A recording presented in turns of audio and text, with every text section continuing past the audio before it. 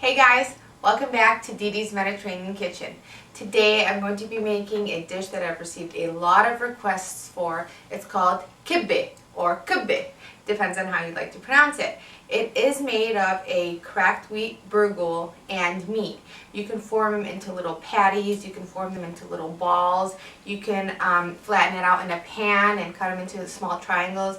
A lot of different ways to serve it. You can serve it with yogurt, you can serve it with a salad, you can eat it by itself, you can eat it with hummus. It's a great dish, it's very healthy, and I'm going to show you how to make it. Now, what you're going to need is 1 cup of berbil, the fine berbil, which is usually number 1.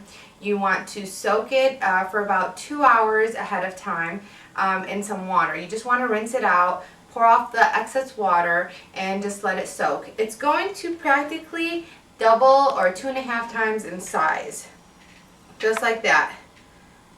And you'll see that it's absorbed all of the excess water, and it's easier to combine with the meat. I have 2 pounds of ground sirloin. Now, what I do is when I go to the butcher, I have him run it through the press 3 times because I want it very, very fine. I don't want it like ground beef, because ground beef is a little bit more coarse, but I want it very fine. Now, some people like to use lamb, some people like to use beef. I prefer to use beef for this recipe. If you like lamb, you can use lamb, but we're using beef. I have 1 cup of finely chopped onion, and I have 2 basil leaves. I also have here 3 tablespoons of Kibbe seasoning. Now, Kibbe seasoning is made up of coriander, cumin, dried mint, sage. It has a lot of different seasonings. If you want the recipe to that, just check out my website at www.DedeMed.com, where you can purchase it at my store on my website. And then you're going to need a food processor and some water and some salt. Now, for the stuffing for the kibbe, some kibbe is stuffed, some kibbe is not. I have prepared some ground beef with some almonds, some sliced almonds, and some onions, and I added some salt and 7 spices to it. And I just sauteed them all together until they were cooked. Some people like to use pine nuts, some people like to use walnuts. I like to use almonds. It's all about your preference. See, just like that. It's a great stuffing. But if you don't like the stuffing, you don't need to stuff it. Some people like to just to make the little patties. So what we're going to do here is we're going to start off with the berbil. We're going to put it in our food processor. If you don't have a food processor, you can do this by hand. You just have to manually combine the berbil with the meat. Remove your rings because it is going to get a little bit messy. So what I'm going to do is I'm going to add the berbil to the food processor. And then I'm going to add a couple tablespoons of water to it just to help it get combined. Save your bowl because you're going to use it later to mix them. So I'm going to add a couple tablespoons of the water, and I'm going to let it run until the berbil becomes like a dough.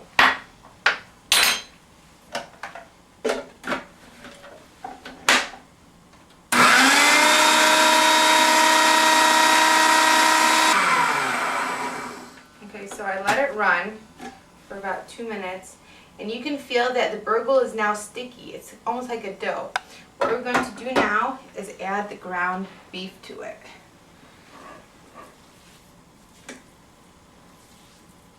You can add it while it's running through the top, or you can just wait, add a little bit at a time.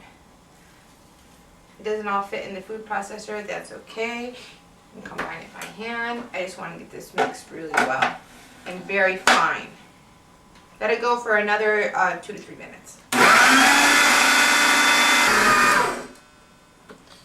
So I added the rest of the ground beef through the top, and it's very well combined. It's almost like a paste. You can see it's almost like a paste. So you want to add this to your bowl so that we can add the seasoning. A little bit difficult to handle. Don't want to miss out on any. it to the bowl. Just like that. You can see it's a nice pink color. It's really easy to handle. Oh, next you're going to do, I forgot about this. You want to blend the onion until it is completely pureed with the basil. Let this go for about a minute.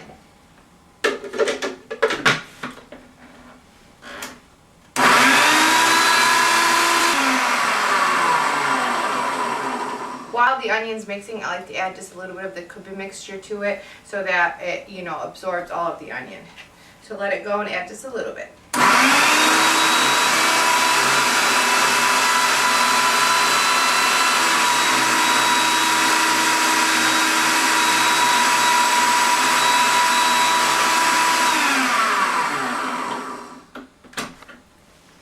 Scrape down the sides and let it go. You don't want any chunks of onion in your dough mixture.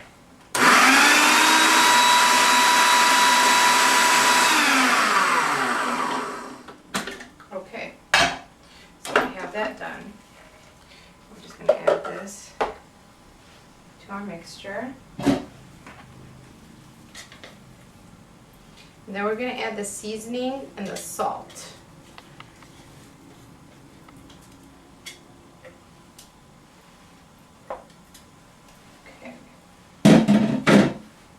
If you're going to have a dinner party or something, you want to do this in advance. You could always make the dough mixture, form them into the patties or into the little balls, and then freeze them. And just take them out about an hour before you want to cook them. Let them defrost a little bit, and then cook it.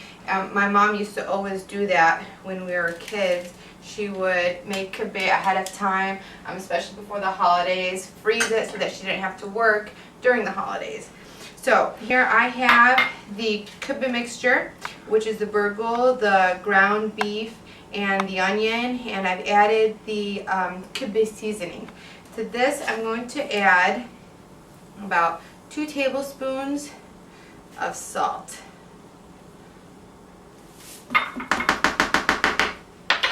And now you want to combine this, you want to knead it with your hands to make sure it's well combined. I know some of you are thinking, oh no, but just knead it until it's well combined. Get your elbows dirty. It's just meat. It smells amazing. I mean, you can really smell the seasoning and the onion. It smells great. So knead it for about 3 minutes.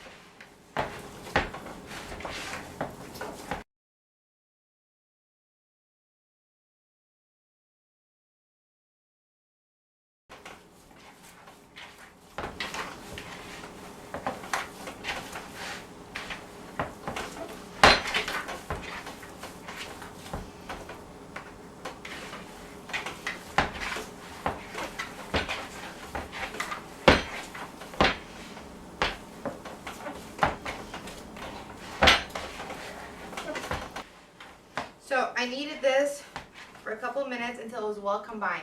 Now, I'm going to do something, and I'm sure a lot of you guys are going to freak out and go, oh my gosh, she's eating raw meat. But I like to taste a little bit just to see the salt content. It's not going to hurt you. It's not going to kill you. The salt content is good. Sometimes depending on the berbil and the meat, it's not always the same. You may want to add a little bit more salt, a little bit less salt. But 2 tablespoons usually works great. So I have this well combined. It's a nice dough. See, it smells amazing. What we're going to do is I'm going to teach you how to shape the little footballs and patties. Now, some people like to just do little patties. And you can either fry these in some vegetable oil, or you can spray a pan, a cookie sheet, put them in the oven, bake them at about 350 degrees for about 20 minutes or until they're a nice brown color. So see, just make a little patty, almost like a hamburger patty. Some people like to eat them like that. and you can fry that up or cook it in the oven. Or you can make little balls. Now, if you're not a professional and you have never tried this before, it may be a little bit difficult at first, but try again, because eventually you will get it right. You want to have a little bowl of water. It helps keep the dough from sticking to your finger. And you make a little ball, and then with your hand, just close it like that. I'll make more than one just to let you see. So you make a little hole in the ball. It becomes almost like an oval shape. And then you get the stuffing mix and you drop some in there. Just like that. And then with your 2 fingers, you want to close it. Make it into little footballs. These are great appetizers for parties. People love them and they get surprised by the filling because at first they don't know what it is. See? Just like that. And you have a little football. I'm going to make another one for you. Stop. So here's the ball. I made a little ball. And with my finger, I'm going to put a little bit of water on it. And just with your hand, close the sides. Just make a little bit of hole in the middle. Just like that. See? Till you have room to stuff it. Add some of the stuffing inside. Just like that. Don't overstuff it because then you can't close it. And then with your 2 fingers, just close the top. I mean, it really is like a dough. So it closes really easily. Just like that. You know, it may not work out your first time, may not work out the second time, but eventually you'll get it. And if you want, you can just make little balls and just form it into a little ball. Same way, you know, add a little bit of the stuffing.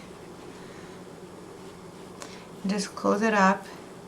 I've seen them served as little balls. People don't even know what they are. And then they taste them and they're like, wow, what is that? So see? And you can just fry it up. Just like that. They're great appetizers.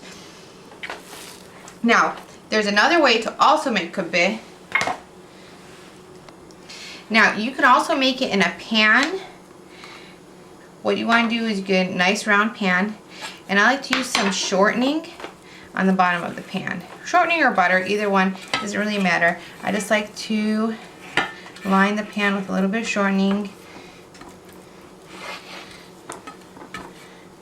If it's non-stick, you don't have to use it. I like to use it anyway. And then what you're going to do is you're going to get some of the meat dough mixture.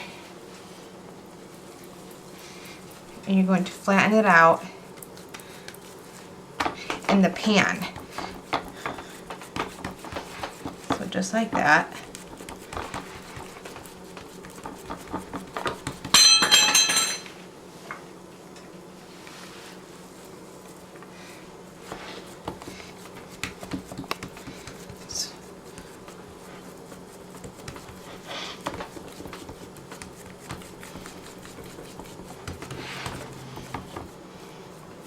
So I lined the bottom of the pan with the kibbe dough mixture. You're going to get some of your filling mixture. You don't want to overstuff it. Just spread it out evenly.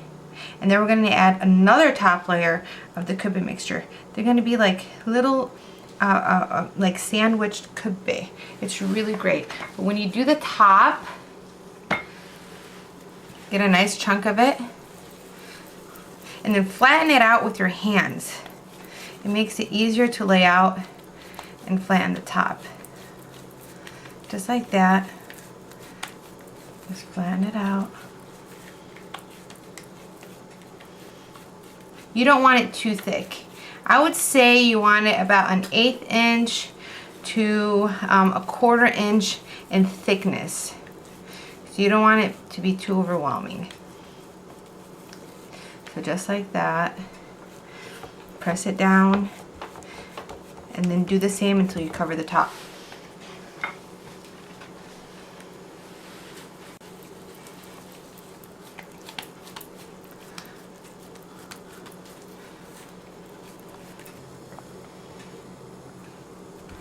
I'm going to finish it up, just little pieces around. Don't worry, we're going to make it look really pretty. Just like that.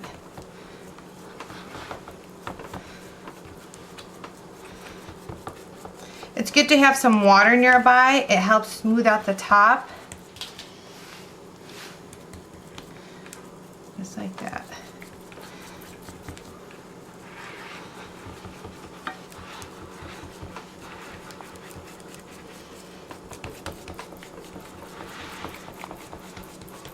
Now, as soon as the top is smooth, you want to get a knife and you want to cut the way you want them to be served. You want to cut them now, because if you cut them after you cook them, it's going to be very difficult to cut it without it breaking apart on you. So I get a knife. I like to cut them into just diamond. You can cut them into diamonds, you can cut them into squares. Just like that. And then after it cooks, just run the knife down the slices and you'll be fine. So just like that.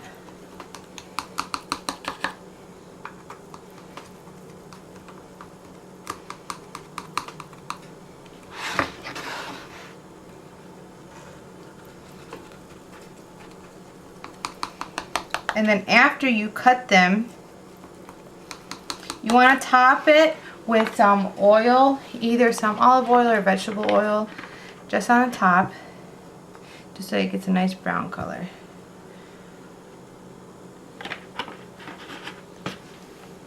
Spread it around, and then cook this in the oven for about 30 to 45 minutes until it's golden brown at about 350 degrees.